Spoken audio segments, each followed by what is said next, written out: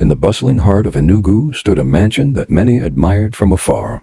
Its tall gates, painted black and gold, glistened under the sun. Inside, a wide compound stretched, with palm trees lined neatly on both sides and flowers blossoming along paved walkways. 5 luxurious cars sat in order, polished to shine, while uniformed guards stood at the gates with stern faces. This was the home of Mr. Okafor, a wealthy businessman respected by all who knew him. His wealth was vast, his name carried weight, and his presence commanded respect in meetings and gatherings. Yet for all his wealth, one shadow followed him everywhere: the absence of a son. His wife, Mama Ada, had given him only one child, a daughter named Ada. She was a delicate girl with soft features and bright, curious eyes. From childhood, she had been intelligent and gentle, often found with books in her hands or helping her mother in the kitchen. To Mr. Okafor, she was a treasure, but to his extended family, she was a limitation. At every family gathering, whispers floated around. He is wealthy. Yes, but who will inherit it all? Only one daughter? The whispers grew louder until relatives confronted him directly. His brothers told him, "You must marry another wife. A man like you cannot stop at one child. What if your daughter marries and takes everything to another family?" The pressure weighed on him like a heavy cloak. He loved his wife deeply and was content with Ada, but tradition and family expectation were merciless. After years of resisting, he finally gave in. He took a second wife, Nakshi, a young woman known for her beauty and boldness. From the very first day Nakshi entered the mansion, the air shifted. Where Mama Ada was soft-spoken and calm, Nakshi was loud, ambitious, and eager to shine. She dressed in bright clothes, adorned herself with gold jewelry, and carried herself like a queen. Servants quickly learned that she tolerated no disrespect and demanded attention at every moment. Ada, still a child, watched in silence. Her mother reassured her gently, "Do not be afraid. My daughter, just be kind, and God will always protect you." Months passed and Nenchuki announced her pregnancy. The family rejoiced.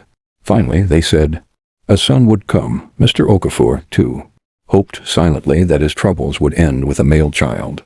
But fate had other plans. After hours of labor, Nechi gave birth to a baby girl. She was named Ifeoma. The celebration was muted. The whispers returned. Another girl? Still no son? Nakshi's heart hardened that day. Though she loved her daughter, she felt she had failed. Determined to prove herself, she made Ifeoma the center of her life. She vowed that her daughter would be admired, adored, and treated like the true heir of the household. Meanwhile, Ada continued to grow quietly. She loved her father dearly and tried to avoid trouble. But the rivalry between the two women in the house was obvious. Kachi often looked at her with disdain, seeing in Ada the gentle shadow of her rival, Mama Ada. Life went on this way for years. Ada blossomed into a beautiful teenager, graceful and intelligent. Ifeoma, though younger, copied her mother's boldness and became outspoken, sometimes mocking Ada for her quiet ways. The household remained divided, two worlds existing under one roof. But then a storm began to gather, one that would change everything. When Ada was 15 and Ifeoma 10, their father suddenly fell ill. At first it was small fatigue, weakness, nights spent coughing. But as days passed, the sickness grew worse. Doctors came and went, offering medicines and reassurances, but none seemed to help. The once strong man who filled the compound with laughter and authority was now confined to his bed, pale and weak. The family was thrown into turmoil. Mama Ada cared for him day and night, her eyes swollen from tears. Ada, though young, stayed by his side, reading to him, praying silently that he would recover. But Nekachi's frustration grew. She paced the house angrily, snapping at servants, as if blaming the illness for disrupting her comfort. The community gathered when news spread. Friends visited with gifts, priests prayed, relatives shook their heads in pity. But the sickness tightened its grip. One evening, as the sun set behind the hills, Mr. Okafor took his last breath. The mansion erupted in wails. Ada collapsed into her mother's arms, crying bitterly. The compound was filled with mourners, men and women filling the night with lamentations. At his funeral, Speeches were made, praises sung. But in the corners, relatives still whispered, he left no son. Who will carry on his name? For Ada, it was not about inheritance. She had lost her father, her protector, her hero. Life as she knew it had shattered. But unknown to her, more storms lay ahead, storms that would test her strength and shape her destiny. The mansion that once echoed with laughter was now a house of silence. After Mr. Ockoffer's burial, people came in and out for weeks, relatives, business associates, friends who promised to stand by the family. But slowly the crowd thinned. The gifts of food stopped, and the large compound grew quiet again. For Ada, every corner of the house reminded her of her father.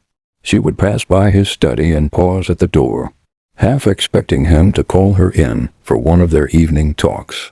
She would sit under the mango tree and hear his voice in her memory. My Ada, never let the world steal your kindness. Her mother, Mama Ada, carried her grief silently. She moved about the house slowly, her once bright eyes clouded with sadness.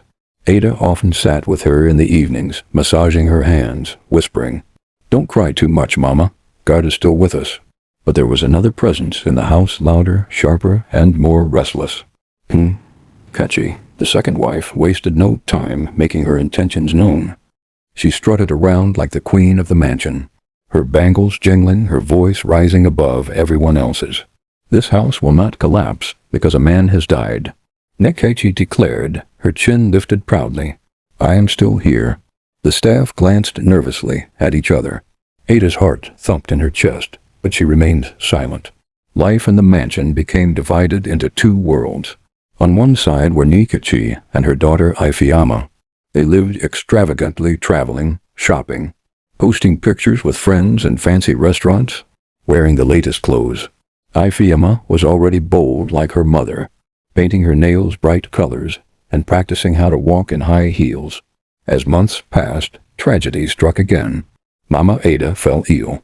At first it was small fevers that came and went, nights of coughing. Ada cared for her tirelessly, staying by her side, whispering prayers into the night. But Nekechi grew impatient. Why waste money on hospital bills for a dying woman? She snapped one evening. She is not my problem. If you want her to live, go and find money yourself. Ada's heart broke at her cruelty. One night, as rain poured heavily outside, Mama Ada held her daughter's hand tightly. Her voice was weak, her breathing shallow. My Ada, she whispered, the world will test you. Do not lose your goodness. Do not let pain turn your heart bitter. Promise me this. Tears streamed down Ada's face. I promise, Mama. Please don't leave me. Please. But before dawn, Mama Ada was gone. Ada felt the world collapse around her. She wailed until her throat burned, clinging to her mother's lifeless body. But Nekechi only muttered under her breath, At least that one is out of the way. From that day, Ada was truly alone. After her mother's burial, Nekechi's hostility grew sharper. She no longer hid her disdain. You are nothing but a servant in this house, she told Ada coldly. Your father is gone. Your mother is gone. If not for me, you would be on the streets. So work and be grateful you still sleep under this roof. Ifeoma and her mother often left for parties and returned late at night, the air thick with perfume and laughter. Men came and went, their expensive cars parked outside the mansion. Ada kept her distance, focusing on her chores, though she often wondered what kind of life her stepmother was living. But inside her heart, Ada carried a quiet strength. At night, when the house grew still, she would read the books her father left behind. She dreamed of another life, one where she was free to study, to learn, to become someone greater than the servant she had been reduced to. And though she did not know it yet, fate was already arranging the next chapter of her story. The house that once rang with her mother's laughter and the warmth of her father's presence quickly turned into a lonely, hollow space for Ada. With both her parents gone, the mansion felt like a prison, where she was locked away under the control of a woman who never saw her as a daughter.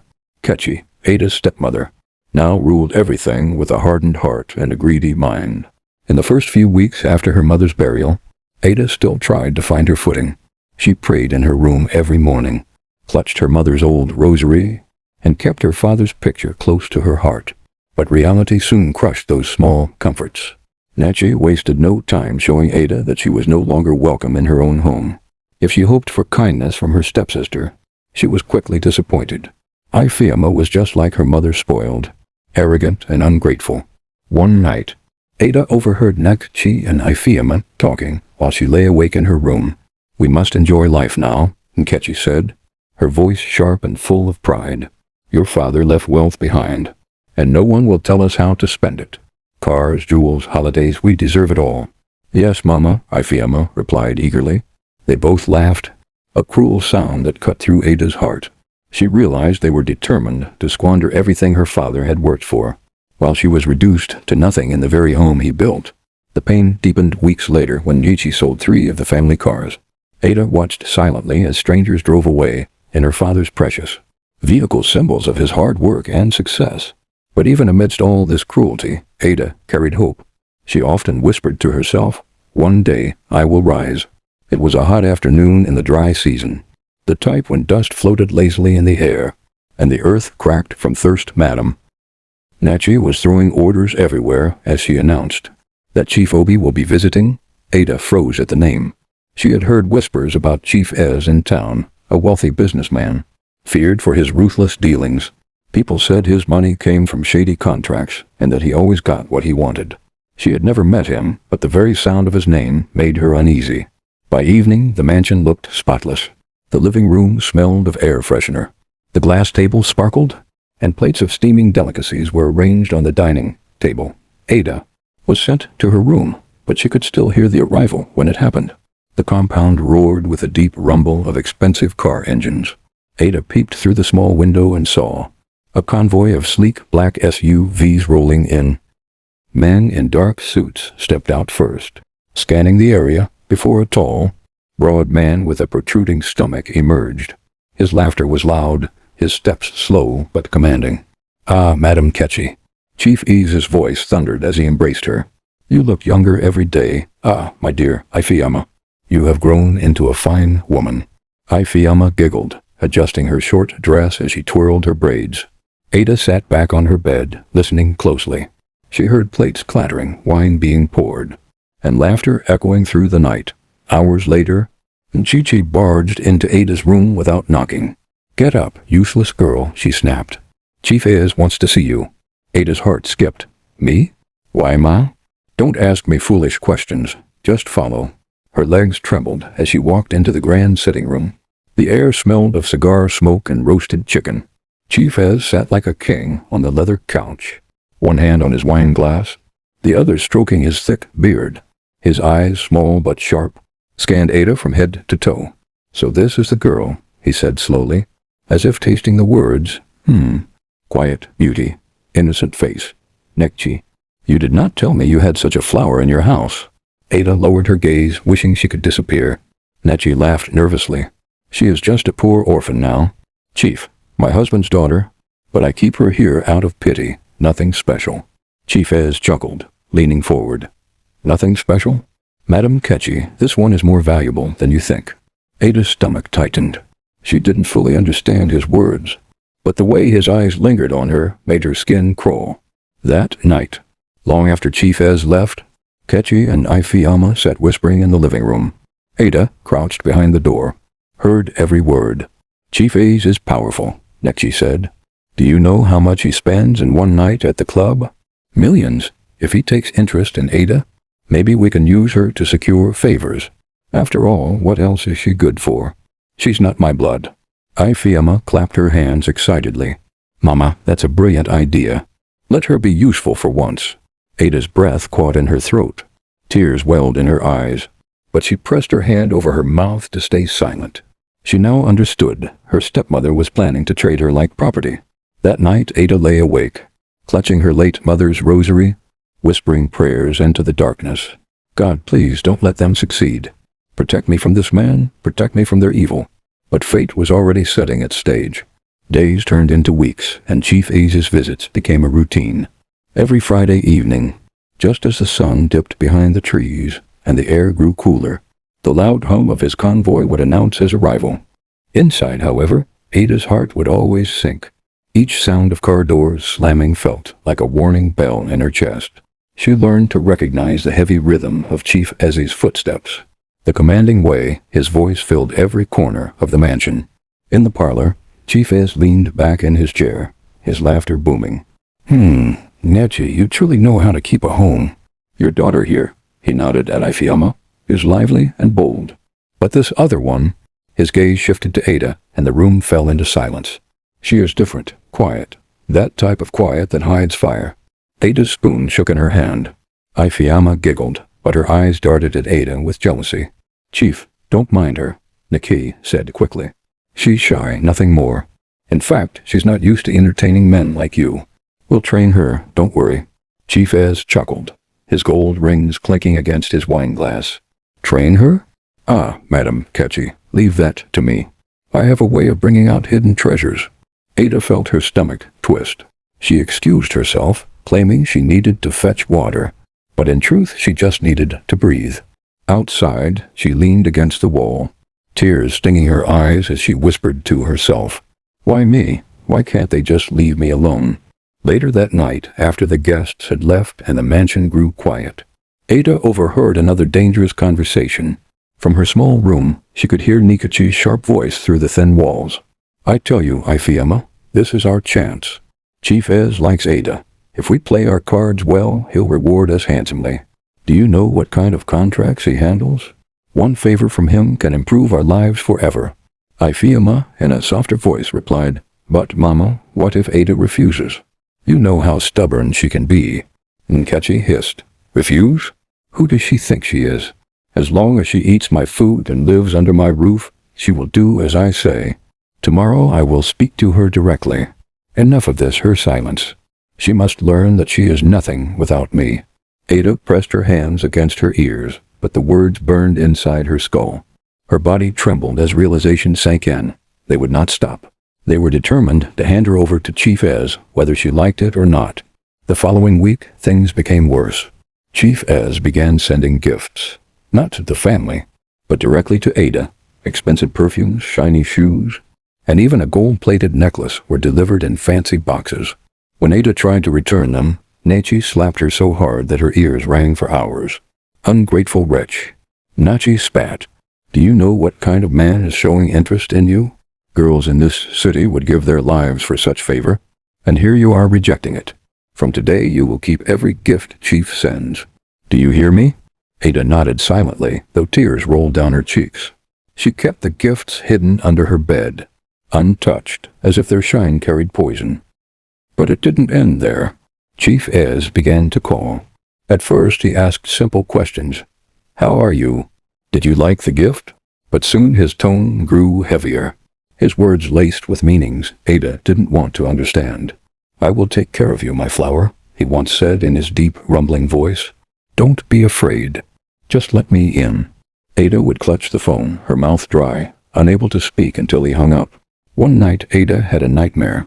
She dreamt that she was standing in the middle of a market, tied up like a goat, while Nkichi and Ifeoma bargained with Chief Ez over her price. She screamed in the dream, but no sound came out. When she woke up, her chest was pounding. Sweat drenched her clothes, and she realized, if she didn't act soon, her life would no longer belong to her. That night, under the moonlight that streamed through the tiny window of her room, Ada whispered to herself, "I cannot let them destroy me. I must find a way out, even if it costs me everything."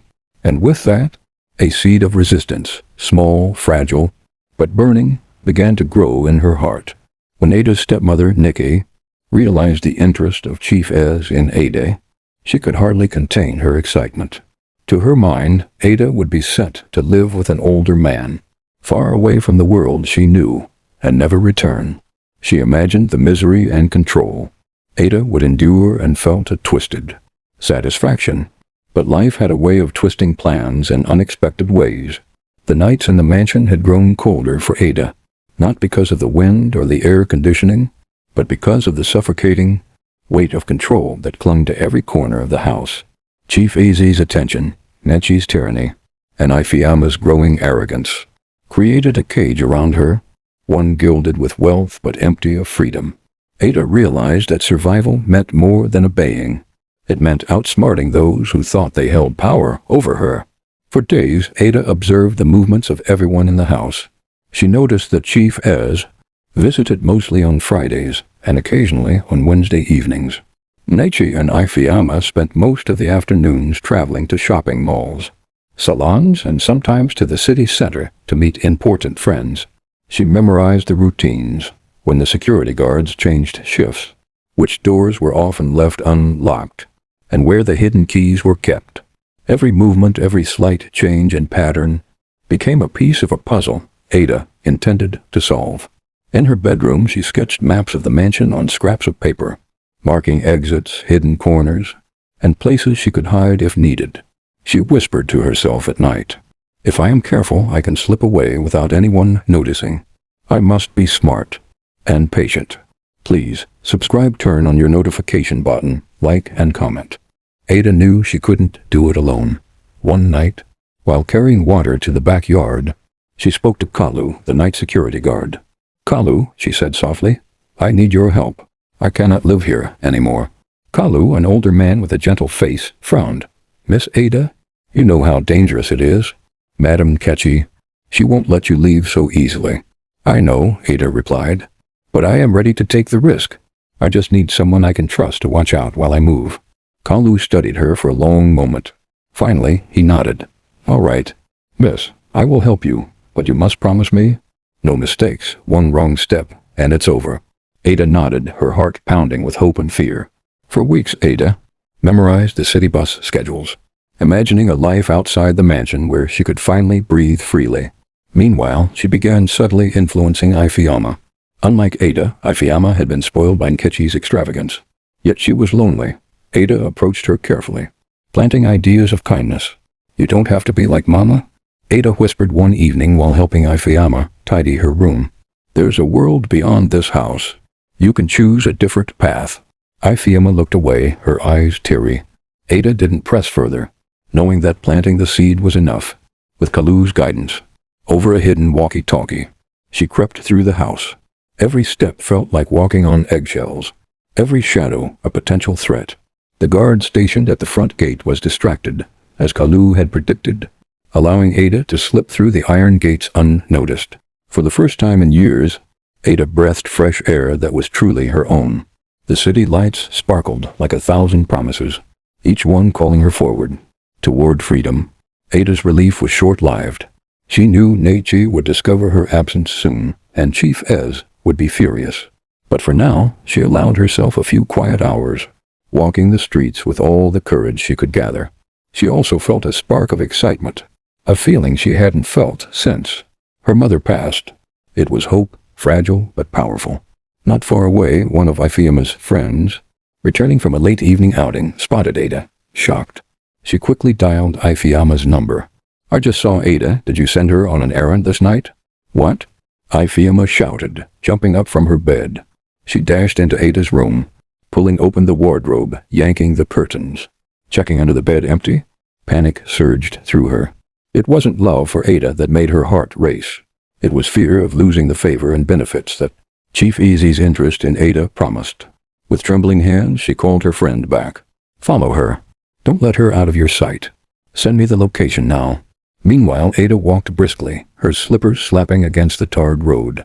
The moon glowed faintly behind drifting clouds, casting eerie shadows on the trees.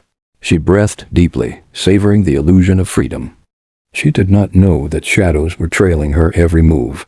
Suddenly, headlights flared from the corner. A vehicle screeched to a halt right in front of her, blocking her path. Ada froze, terror flooding her veins. Before she could turn back, another car approached from behind. The doors flung open. Out stepped Madame Ketchy, her wrapper tied tightly, face twisted with triumph. Beside her stood Ifeama, arms crossed, eyes sharp with malice. Ada's knees weakened.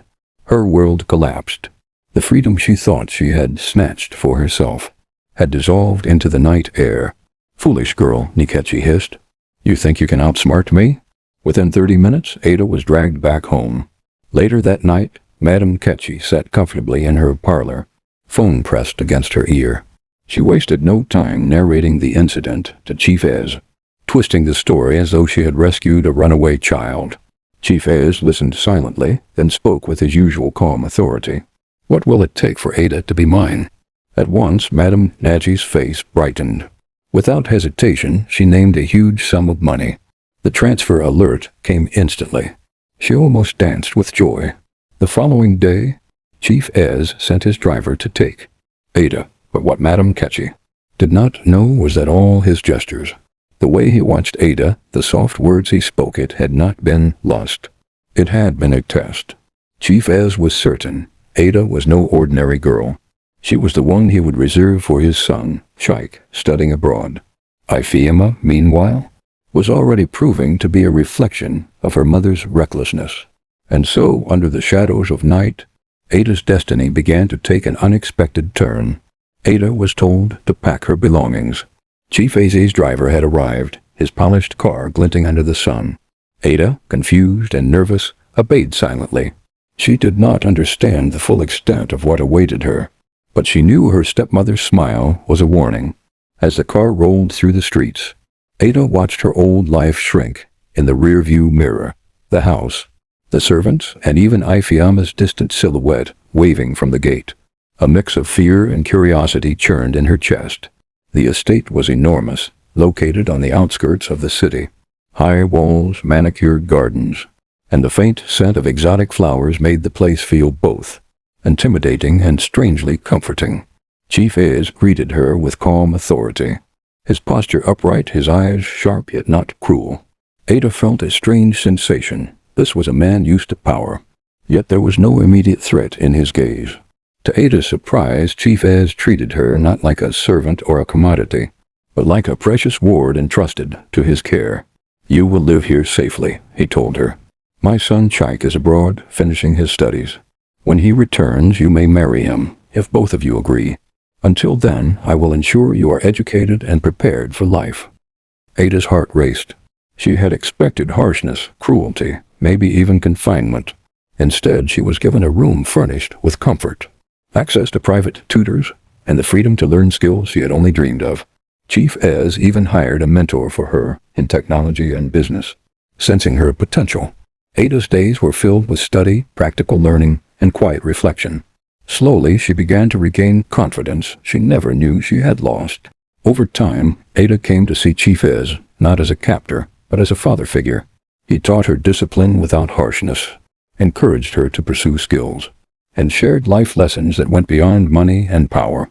He reminded her, strength comes from preparation, not vengeance.